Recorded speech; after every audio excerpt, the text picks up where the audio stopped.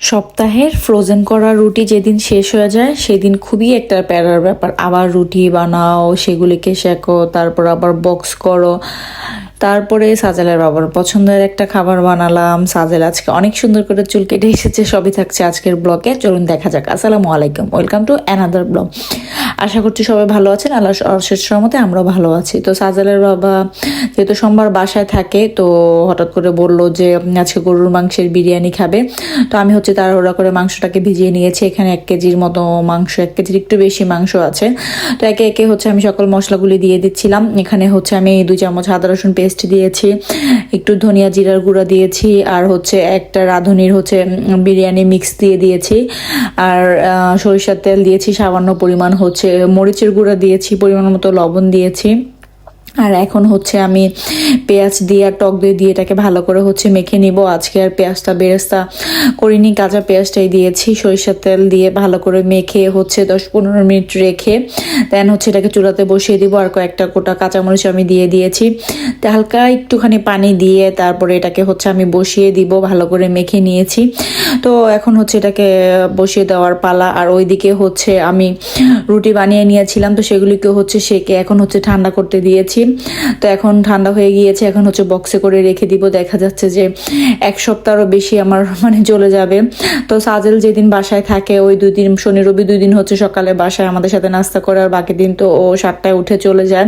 তো দেখা যাচ্ছে যে সাজেলের বাবা কোনোদিন খেয়ে যায়, কোনোদিন খেয়ে যায় না, কিন্তু আজান আমি প্রতিদিনই নাস্তাটা করি। তো এই তো সাজেল অলরেডি চুল কেটে চলে আসছে। মাশাল্লাহ খুবই সুন্দর হয়েছে চুল কাটাটা। তো দিন সোমবার ছিল, ওর বাবা কি স্কুল থেকে আসার সময় চুল কাটিয়ে নিয়ে আসছে। ওই দিন আর ও হটে যায়নি, কোচিংয়ে যায়নি।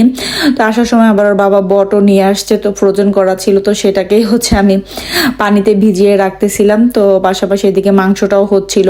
তো দেখা যাবে যে গোসলের আগে বটটা ক্লিন করে ফেললে আর বট কেমন যেন একটা স্মেল আসে।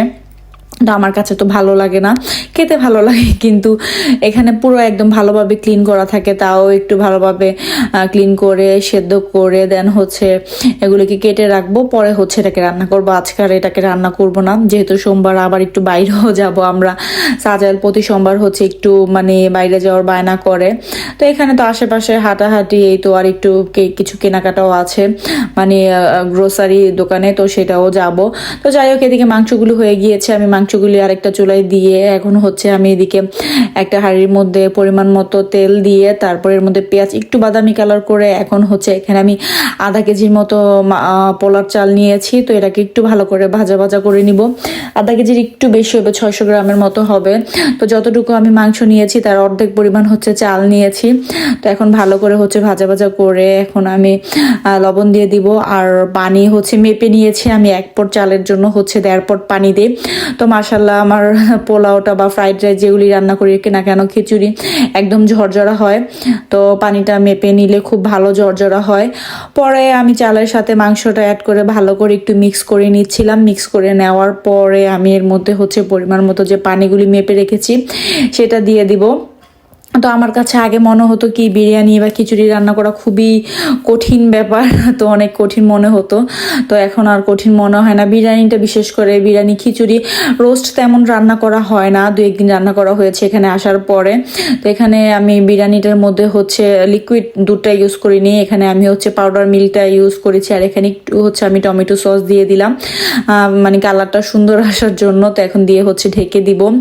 তো বাংলাদেশে থাকাকালীন এই কাজগুলি মাই করতো। মার হাতের বিরিয়ানি তো আমাদের খুবই পছন্দ, বাবার হাতের রোস্ট সেটা তো বলাই লাগবে না।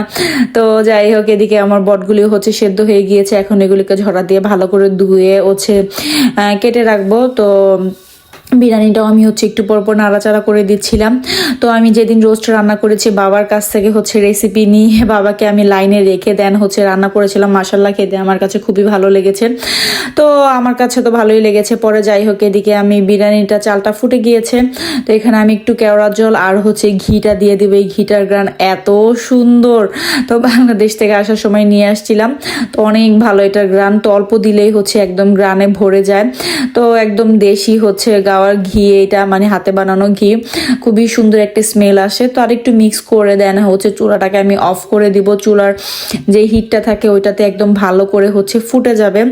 তো হঠাৎ করে হচ্ছে আমি অন্য কিছু রান্না করার প্ল্যান ছিল, তো সাজালা বাবা বললো যে না বিরিয়ানি খাবে, তো যাই হোক বিরিয়ানি খাও তাহলে।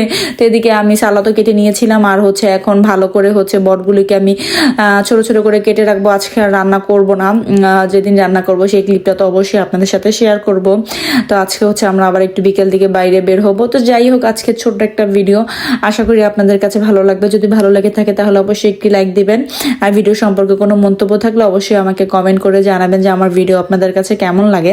ফেসবুক থেকে দেখে থাকলে অবশ্যই ফেসবুক পেজটিকে ফলো করে দিবেন, ইউটিউব থেকে দেখে থাকলে অবশ্যই ইউটিউব চ্যানেলটিকে সাবস্ক্রাইব করে দিবেন। আমার বট কাটা হয়ে গিয়েছে, তো খাবার অলরেডি আমি সার্ভ করে দিয়েছি, আজানকে খাইয়ে দিয়েছি, সাজেল খাবার খাচ্ছে, আর এটা হচ্ছে আমার সাজেলের বাবার প্লেট।